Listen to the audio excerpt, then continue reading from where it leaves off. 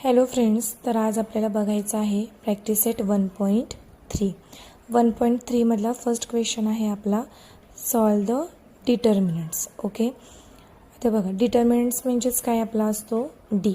Okay, D for determinant. आता तुम्हाला क्वेश्चनमध्ये direct दिलेत -1 आणि 2, 7 आणि 4.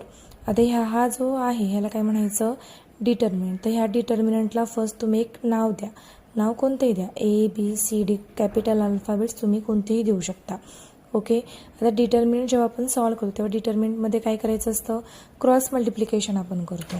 ओके, क्रॉस मल्टिप्लिकेशन म्हणजेच काय, -1 × 4 आणि 7 × 2. ओके, बघा -1 × 4 7 × 2.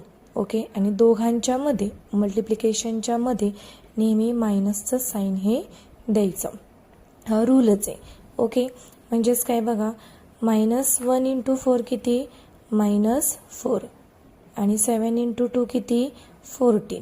Okay, minus me as it is लिहिले.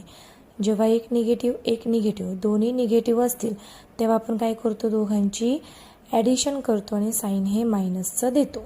ओके, आता मी तुम्हाला हे आधी मायनसच्या अल्जेब्रिकच्या रूलवरती एक सेपरेट व्हिडिओ बनवलेला आहे, तो तुम्ही बघू शकता. ओके, जेव्हा मायनस असतो तेव्हा आपण दोघांची ॲडिशन करतो आणि साईन हे मायनसचंच देतो. नेक्स्ट बघा, 5 - 7 3 आणि 0 म्हणजेच काय, 5 × 0 -3 × -7. 5 × 0, 0ने कोणत्याही नंबरला इंटू केलं किंवा मल्टिप्लाय केलं ते उत्तर काय येतं तुमचं, 0च येतं. Okay, minus me as it is लिहिले. 7 × 3 किती, 3 किती, 7 3 = 21. पण इथे 7ला मायनसचं साईन आहे म्हणून मी इथे 21ला सुद्धा मायनसचं साईन हे दिलं. ओके, म्हणजेच काय, minus plus 21 as it is. Okay, S = बघा 7/3, 3/2, 5/3 आणि 1/2. ओके, म्हणजेच काय, इथे सुद्धा काय करणार तुम्ही, असं क्रॉस मल्टिप्लिकेशन करणार. 7/3 × 1/2 -5/3 × 3/2. ओके, आहे फक्त मी ते क्रॉसमध्ये लिहिलं.